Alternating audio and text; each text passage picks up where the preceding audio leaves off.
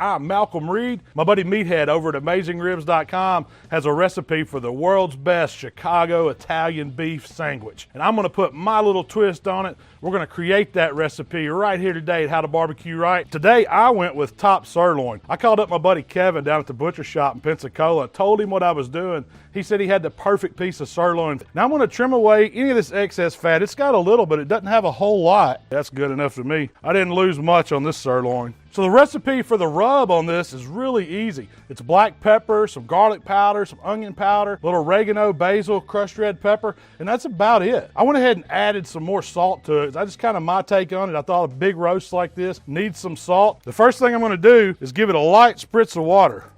Now the recipe says this is gonna help that herb mixture really stick to the outside. Now we're just gonna season.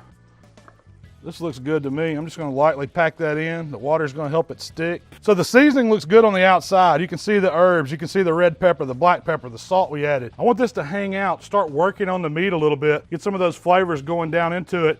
Perfect time to fire that grill up. For this Italian beef recipe, I'm firing up my big green egg today. I've got a kick ash basket in the bottom. I'm putting Royal Oak lump charcoal in there to get it started. Got a couple tumbleweeds going for the fire, and it's gonna get those coals good and hot. When they're ready, I'm gonna drop in a few chunks of hickory smoker wood to give that beef some flavor. Then I'm gonna put my heat diverter in place with the grate right on top. We'll close the lid. That's gonna let that smoker come up. Keep the vents 100% open right now, but as it comes up towards 325, we're gonna dial those back and lock it in right there at 325 the whole time. We've got a 9x13 baking pan going down. We've got 6 cups of hot water going in the bottom of it. This is gonna be the foundation for that juice. Then we've got some bouillon cubes. That's gonna give us that beefy flavor.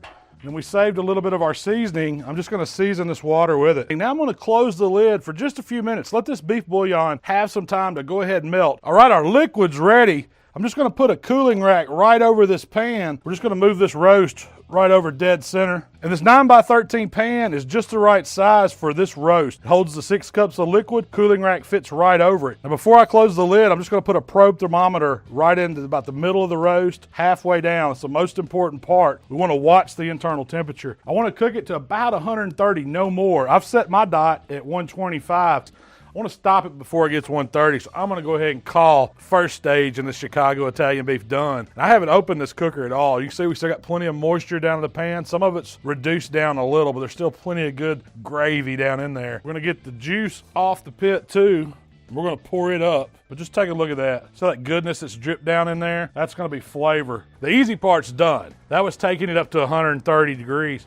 Now we got the hard part, and that's the rest. That's where I can't do nothing. I'm just gonna take it inside, put some foil over the pan, some foil over the juice, stick it in the refrigerator, and forget about it for 3 hours minimum. So after this top sirloin has cooled in the refrigerator, I took it out and uncovered it, set it right here on the board. Now you need at least 3 hours to let it properly cool. I went ahead and went overnight with it. I wanted it good and cold so I can slice it really thin. So let me show you how we're gonna slice this. You wanna take your thin knife, and you don't really wanna cut deep at all. You're just kind of letting the knife work. We're just kind of shaving it almost. But you know what? Before I keep going, I'm gonna have to try a bite cold. You know it's gonna be good. It's just like roast beef. It's ready for that hot beef juice now. So the traditional sandwich, it gets the beef in the hot juice, extra juice on the bread, some fried green pepper strips, and some jordinera topping it off. The peppers, I just threw a cast iron skillet right back on the green egg. Little olive oil, seasoned them with some AP seasoning, and we just sauteed them in that olive oil, kind of fried them right there on the grill. So let me show you how we're gonna build this Chicago Italian beef sandwich. First thing we're gonna do is we're gonna get some of our beef.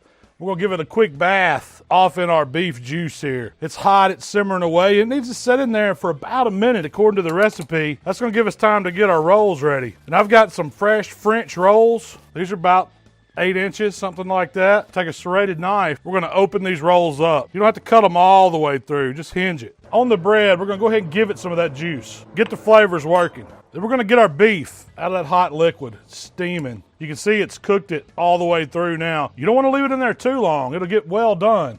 We want it warmed up, cooking it a little more, just like that, pile it up. Now, we're gonna get some green pepper, a few strips. We're gonna top that with some of this pickled, it's kind of pickled Italian vegetables. Last but not least, we're gonna ladle on a little bit more of this juice right over the top, finish it off. Now, I'm not gonna try it without ducking it. in the gravy. That's what you got to do. Just give it a good dip. Set it over here. Woo.